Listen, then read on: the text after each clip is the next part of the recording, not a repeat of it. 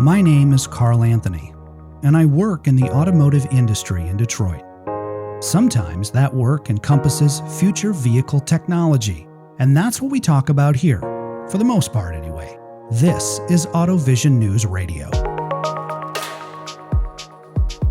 It's where the sensors also exchange information on things that they deemed invaluable by themselves, but that when combined actually result in a very confident observation. During AutoSens Brussels in September 2023, we conducted our AutoVision News live at AutoSens interview series from the exhibition floor.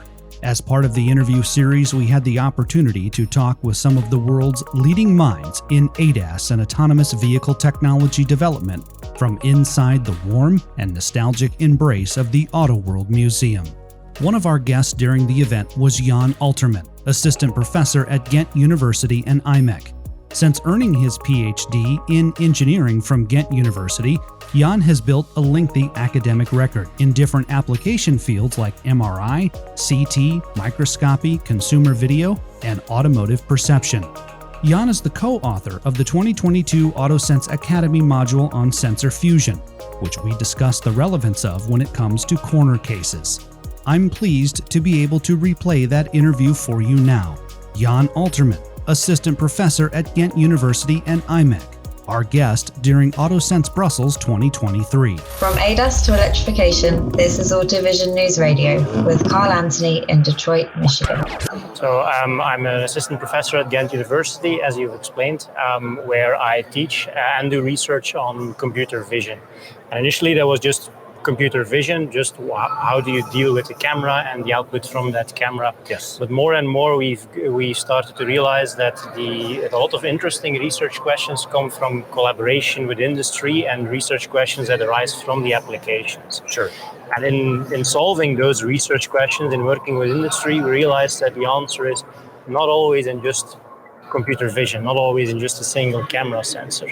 Sometimes the answer is in bringing in other sensors into the solution, Sure. which is how you end up with sensor fusion, and sort of made a thing of it. And along the way, I've also become a part of imec, the Inter-University Microelectronics Center. It's actually an acronym, and they're of course world renowned for their work on microelectronics.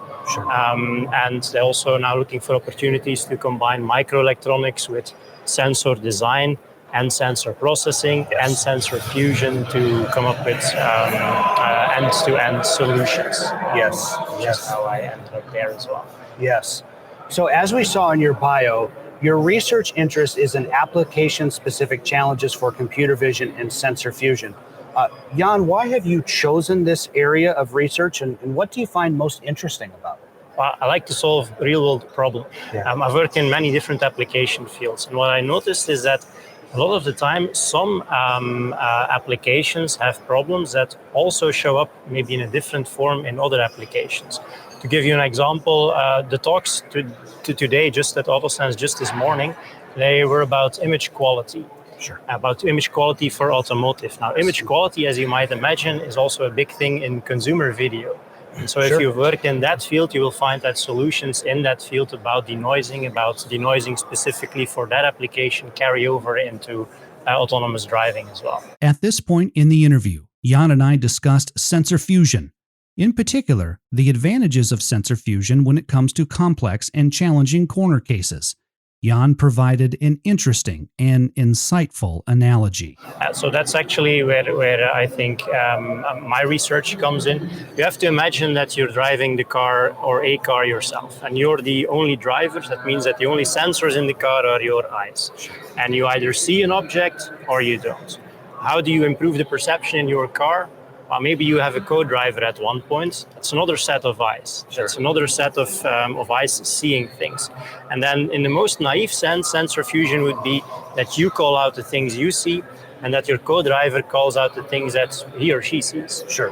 But I would assert that that still is not a perfect system, because there are things that you might have considered relevant, like a silhouette somewhere in the fog. Right. And your co-driver had also seen that, but also not considered it relevant, though that person was looking from a different angle. Right. And then none of you would have called it out, but still you would have actually seen something. And what we try to do in our research is cooperative sensor fusion.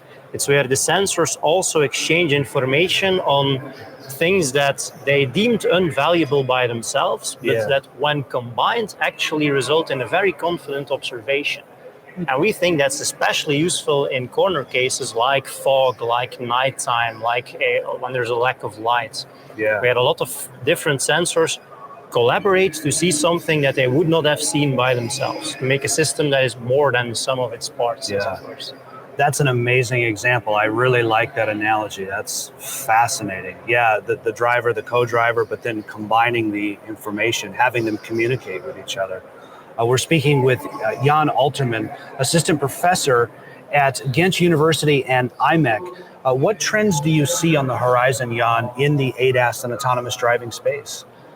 I think so. We are moving towards higher levels of autonomy for self-driving. And just yesterday was a very fascinating talk on functional safety, where I think a number was floated that you cannot tolerate autonomous vehicles causing more casualties than 1 over 4 billion miles. And that was 20 times lower, so 20 times higher bar compared to humans driving.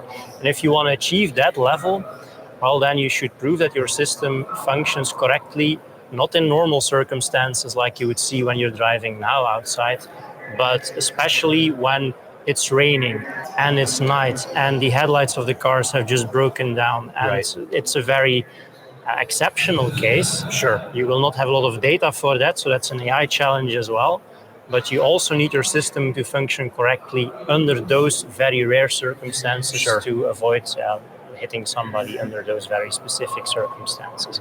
And that's where I think a lot of the research in the next few years will be centered around coming up with better solutions for those corner cases. That's fascinating. So well said. Jan, what is your favorite car? What is your favorite car and why? That's a tough question. I'm actually more of an airplanes man, but when I think about my favorite car, somehow I always think back about my childhood and about cars from fiction.